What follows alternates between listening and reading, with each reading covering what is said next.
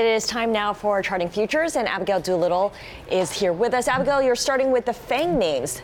Explain how this ties in with futures. Yeah, it's pretty interesting because it's not really intuitive, but the FANG names, that is a big proportion of the Nasdaq 100 futures. So some actually view the Nasdaq 100 futures as a bit of a proxy for these stocks that we're looking at right here: Facebook, Amazon, Netflix, and Alphabet. Of course, the big internet names, and you see some strength here. Netflix bouncing back after two big down days after Disney announced that they had achieved 10 million streaming subscribers in about 24 hours. So the streaming wars had taken those shares down, but now we see nice gains there. And overall, the FANG trade is higher on the day. But more recently, it's interesting action here. If we take a look at this weekly chart of the FANG trade, the pure FANG trade, Facebook, Amazon, Netflix, and Alphabet, you see the huge move up between 2016 into 2018, and then the big range, last year's volatility. What I'd like to point out, the FANG trade still has not seen a record high. Hanging on to that 40-week moving average in pink, that's the equivalent roughly of the 200-day moving average. So the FANG trade really underperforming the broader markets. Pretty interesting given the huge outperformance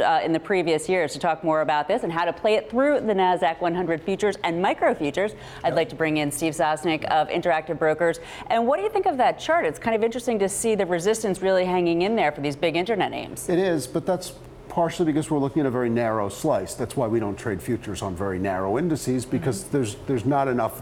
One or two things really can push you off the top of the index. In this case, you're not seeing the new highs out of Google, and you're leaving out things like Apple and Microsoft, which are pushing the Nasdaq to new highs. That's true. So the FANG names, I think it's about a 25% weighting, so a little bit of a proxy, but then you do get the diversification. So let's take a look at your Nasdaq 100 E-mini future chart here. And actually, this is not that chart. This is the chart that we were just looking at. But you have talked to us about this chart relative to the uptrend and what you like here. Well, when we were looking at the Nasdaq chart in the chart that we'd supplied, there's definitely a rising wedge pattern going on here, and on NDX, this pattern continues through right here, and we would be riding along the high end of a rising wedge there, and so.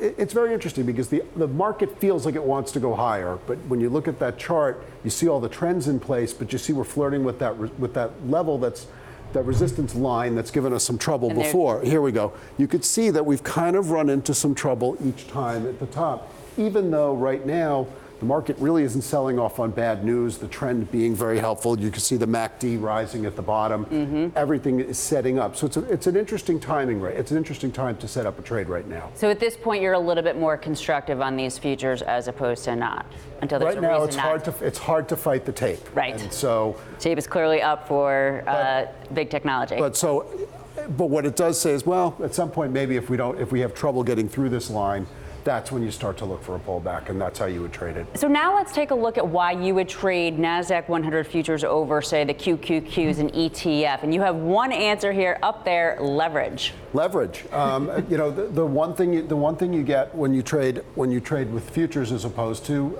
let's say the ETF is there's way different margin structure on CFTC products than with SEC products. So if you want to buy, we just put in round numbers here. If you want to buy 100 shares of QQQ, it's going to cost you. But on the other hand, if you want to control similar amounts, the NQ one contract controls $165,000 worth of product. Wow. It's $20 a point, but the difference here is for similar amount, if you were going to carry $200,000 worth of QQQ versus 93,000 different. Yeah, it's a big difference. You're basically talking about a 5% margin. Now, there's risk to that because if you have a pullback, right. you better be right, you better have tight stops, and you better have a good risk tolerance. But that's the advantage you get. And the micros, which have been a very successful product, which trade about half the volume of the minis, which is really great for a new product introduction. Everything's divided by 10. So you can participate. In this case, it's $2 a point, so it's not the same thing. You're controlling $16,000 roughly. But when your cost of entry is about $800, again, the futures leverage makes that a better trading instrument for disciplined traders.